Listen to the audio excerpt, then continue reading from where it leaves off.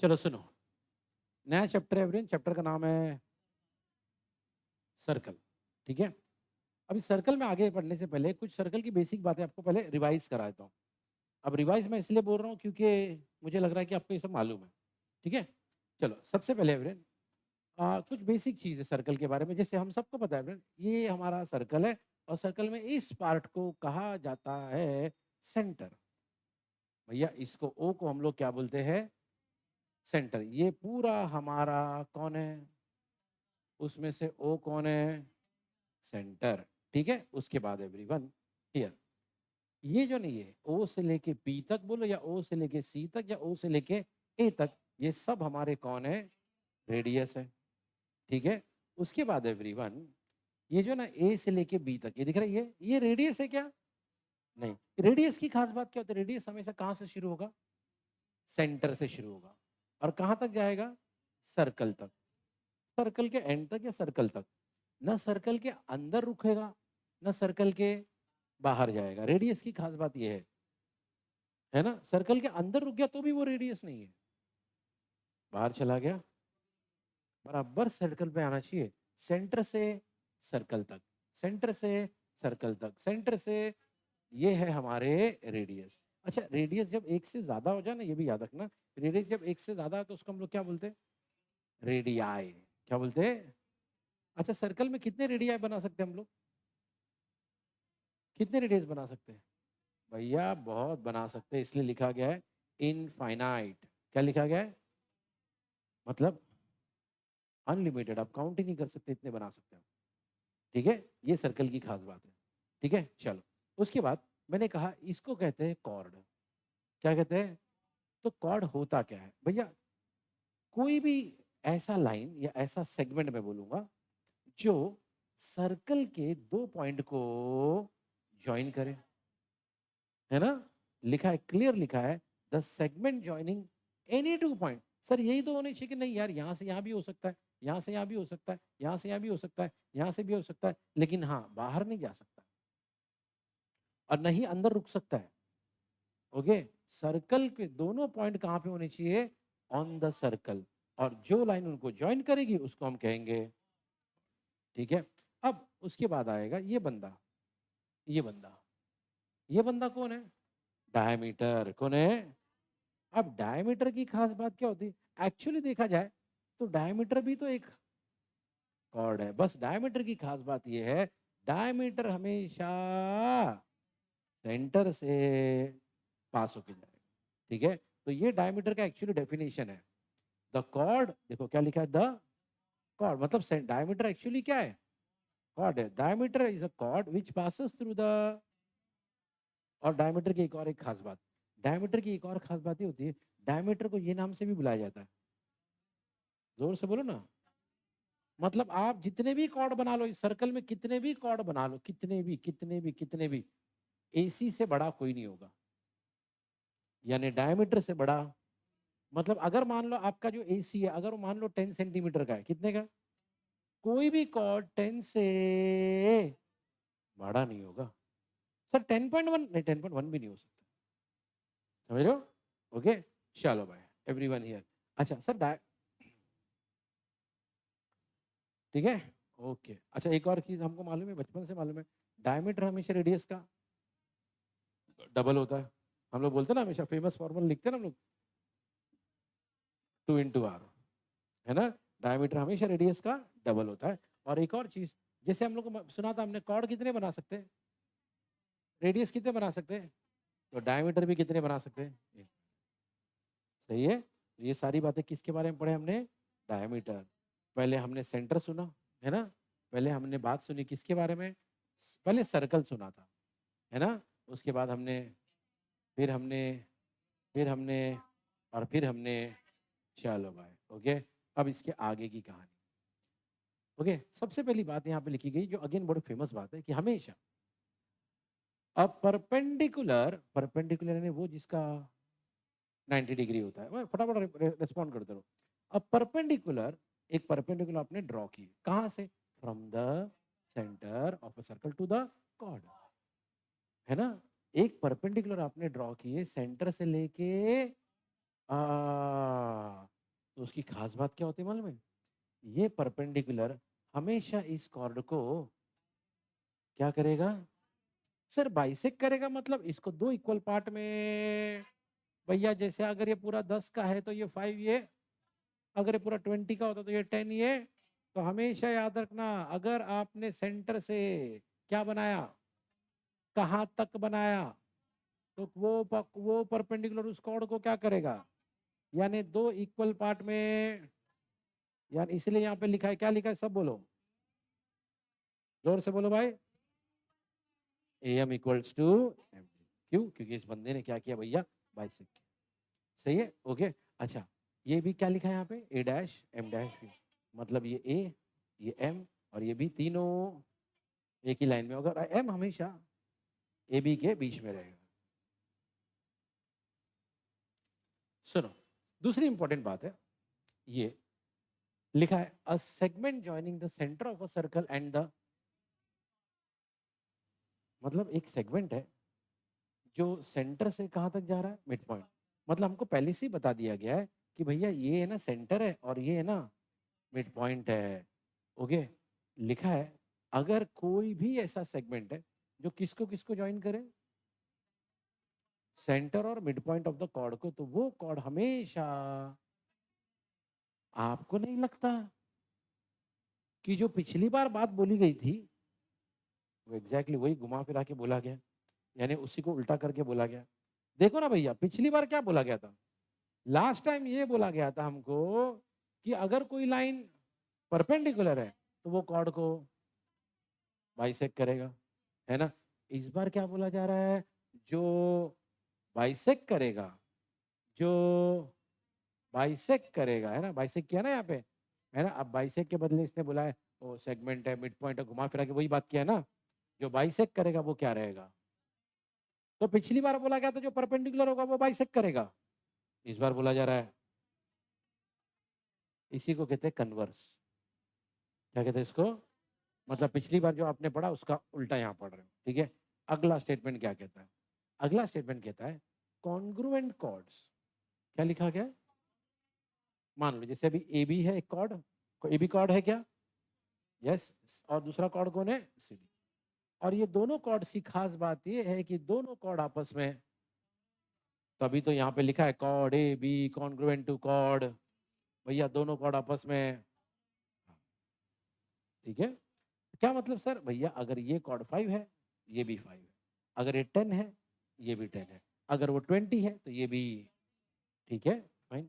ये बताएगा, अब मेरी बात सुनो ध्यान से, क्या बोला गया है, अगर ये दोनों कॉर्ड आपस में कॉन्ग्रुएंट है, ठीक है, तो बोले वो दोनों सेंटर से, कहां से, ऐसे रहेंगे, क्या रहेंगे, इक्वल डिस्टेंस पे। मतलब क्या हुआ सर, मतलब ये हुआ अगर इसका आपने डिस्टेंस निकाला, अगर ये मिला मान लो 7 सेंटीमीटर, तो ये भी,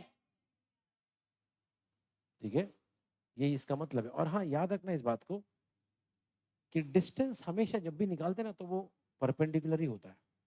ओके, ये जो डिस्टेंस जब भी आप निकालोगे, देखो अगर मैं इसको ऐसा निकालू डिस्टेंस और इसको ऐसा, तो गलत हो जाए ना, है ना। तो डिस्टेंस जब भी निकालते हम लोग तो कैसा निकालते भैया, परपेंडिकुलर ही निकालते, ठीक है। तो भाई इंपॉर्टेंट चीज क्या सुने हमने, सुनो कि अगर मान लो आपके पास दो क्या है, दो है या 10 है, कॉर्ड है, और कॉर्ड कैसे, कॉर्ड कैसे, तो ये दोनों कॉर्ड अगर कॉन्ग्रुएंट है, ये दोनों डिस्टेंस भी,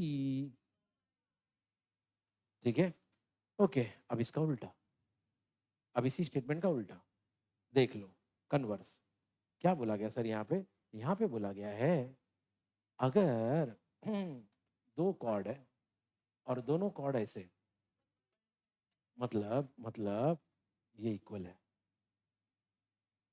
दो कॉर्ड है और कॉर्ड कैसे भैया, तो भैया लिखा है वो कॉर्ड आपस में, आपस में, तो यार फिर से तो वही बात लिखी है घुमा फिरा के, है ना। पिछली बार बोला गया था अगर कॉर्ड कॉन्ग्रुएंट है तो डिस्टेंस इक्वल है, इस बार बोला गया अगर डिस्टेंस इक्वल है, वही बात घुमा के बोल दिया। सही है, बात समझ में आई। तो ये सबकी मीनिंग को याद रखना है, मीनिंग इंपॉर्टेंट है अपने लिए। सुनो अभी कुछ और बात है, इंपॉर्टेंट बात है। सबसे पहले लिखा है infinite number of circles can pass through. Sir क्या मतलब उसका, चलो बता दो। मान लो एक पॉइंट है, यहां से आपने एक सर्कल बनाया, दूसरे ने आके एक और बनाया, तीसरे ने आके एक और बनाया, चौथे ने आके एक और बनाया, फिर किसी ने एक और बनाया, एक और बनाया, एक और बनाया। कितने सर्कल बना सकते हैं सर ऐसे? भैया कोई भी एक पॉइंट दे दिया आपको और बोले सर्कल सब बनाओ, सर्कल सर्कल सबने बना दिया। बनते जा रहा है, छोटा बन रहा, बड़ा बन रहा, बहुत बड़ा बन रहा, बहुत छोटा बनते जा रहा है। ओके, पहली बात ये। तो किसी भी पॉइंट से किसी भी एक कितने सर्कल बना सकते हैं हम लोग? चलो, दूसरा point, infinite circles can pass through. मतलब क्या? मान लो भी एक पॉइंट नहीं है बल्कि दो पॉइंट है, सर्कल बना हुआ है। ऐसा सर्कल मैंने आपको काम दे दिया, सब लोग आएंगे दोनों पॉइंट को मिला के एक सर्कल बनाएंगे। मैंने ऐसे बनाया, किसी और ने इसको आके बड़ा कर दिया ऐसा, किसी और ने ऐसा बनाया, किसी और ने ऐसा बनाया। कितने बनेंगे? इनफाइनाइट। तो भैया बात याद रखना, एक पॉइंट से पास होने वाले कितने सर्कल बनेंगे? अच्छा, दो अलग अलग पॉइंट, डिस्टिंक्ट मतलब अलग अलग, दो अलग अलग पॉइंट से कितने सर्कल बनेंगे? हाँ, लेकिन अगर ये हो, सब बोलो बोलो। मतलब सर मान लो एक पॉइंट इधर है, एक पॉइंट इधर है, एक पॉइंट इधर है, इसको बोलते हैं non collinear. Sir non collinear मतलब जो एक लाइन में नहीं है। भैया कोलिनियर का मतलब बचपन से सुनते आ रहे हैं हम लोग, कोलिनियर का मतलब जो एक लाइन में है। जैसे फॉर एग्जांपल एवरीवन, एक पॉइंट, दूसरा पॉइंट, तीसरा पॉइंट, ये तीनों क्या है? कोलिनियर, एक लाइन में कोलिनियर, है ना। नॉन कोलिनियर कौन? जो एक लाइन में, जो एक लाइन में। देखो, अब इसकी खास बात ये है, एक पॉइंट इधर है, एक पॉइंट इधर है, तीसरा इधर, ठीक है। तो जब आपके पास ये हो, सब बोलो, तो सर हम कितने सर्कल बना सकते? सर इन तीनों को मिला के कितने सर्कल बनाओगे? लिखा है, सब बोलो। मतलब भाई किसी भी कीमत पे एक से ज्यादा नहीं बनेगा, एक से, ये इंपॉर्टेंट बात है, किसी भी कीमत में एक से ज्यादा नहीं बनेगा, ठीक है। बस यही खास बात है। Okay, everyone here. वैसे ऐसे सर्कल को, जब एक ही सर्कल बनता है ना, उसको ये नाम से भी बुलाते हैं, यूनिक सर्कल। क्या बोलते हैं? यूनिक का मतलब वन एंड ओनली वन, ठीक है। चलो इधर आ जाओ, अगली बात क्या लिखा है? मान लो no circle can pass through three. मान लो तीन पॉइंट है, मैंने आपको दे दिया ए बी सी। मैंने कहा एक सर्कल बनाओ जिसमें तीनों पॉइंट कवर हो। एक ने आया ऐसा बनाया, दो कवर हुए, है ना। दूसरे ने आया ऐसा बनाया, सर मेरा हो गया। अरे भैया दो ही हुआ है। तीसरा आया, सर देखो मैंने ऐसा बनाया, अरे दो ही कवर हुए। चौथा आया, कुछ और कर रहा है, कुछ और कर रहा है, पांचवा कुछ और कर रहा है, नेक्स्ट कुछ और कर रहा है। कुछ भी कर लो भैया, एक साथ तीनों पॉइंट आएंगे ही नहीं, इसलिए लिखा है। क्या लिखा है? क्या लिखा है? हाँ, तीनों को एक साथ लेके बोल दिया है ना, तो आप क्यों अपना टाइम बर्बाद कर रहे हो? है ना। ओके यार, चलो भाई हो गया। हाँ, रेडी। चल अब है ना, दो इंपॉर्टेंट बात है, एक है सीकेंट और एक है टेंजेंट, ठीक है। एवरीवन देखो, सीकेंट और टेंजेंट में क्या फर्क है देखो। बाय द वे क्या लिखा है वो ये है, टेंजेंट की खास बात ये होती है एवरीवन, टेंजेंट हमेशा एक ऐसी लाइन होती है, ओके, जो सर्कल को किसी एक पॉइंट पे, किसी एक पॉइंट पे टच करेगा। ये देखो टच करेगा। या हम ऐसा भी बोल सकते हैं कि टेंजेंट और सर्कल के बीच में, टेंजेंट और सर्कल के बीच में एक ही पॉइंट होगा जो, बस एक ही। जैसे अभी यहाँ पे कौन है सर? पी। ऐसे लाइन को सीकेंट, ऐसे लाइन को टेंजेंट कहते हैं। क्या कहते हैं भैया? Tangent. Okay, by the way इस पॉइंट को आप ये नाम से भी बुला सकते हो। क्या? पहले हमने इसको क्या नाम दिया था? बोलो ना। अब आपने क्या बोल दिया? तो अब से हम लोग यही नाम बुलाएंगे। क्या नाम बुलाएंगे? तो याद रखना, हमेशा टेंजेंट वो होता है जिसका सर्कल के साथ एक ही, ठीक है। ये हमने क्या पढ़ा था अभी? टैंजेंट। अब किसकी बारी? सर सेकेंड क्या है फिर सर? सेकेंड को ध्यान से देखो। अब जैसे मैं बोल रहा हूँ ये बंदा सीकेंट है, कुछ अलग है क्या? कुछ अलग है, सर्कल से बाहर जा रहा है, वैसे ये तो पूरा का पूरा बाहर ही था। ओके, सुनो, इसका है ना, इसका फर्क क्या मैंने समझाता हूँ। एक टेंजेंट है ना सर्कल को टच करता है, एक टेंजेंट सर्कल को बाहर से टच करता है, इसलिए हमने क्या वर्ड यूज किया था? देखो नाम सोचो, पॉइंट ऑफ कांटेक्ट, जहां कांटेक्ट हो रहा है वो टच हो रहा है। लेकिन सीकेंट है ना सर्कल के अंदर से गुजर के सर्कल को कट करता है, सर्कल को टच नहीं कर रहा है, सर्कल को कट कर रहा है। बात समझ में आ रहा है?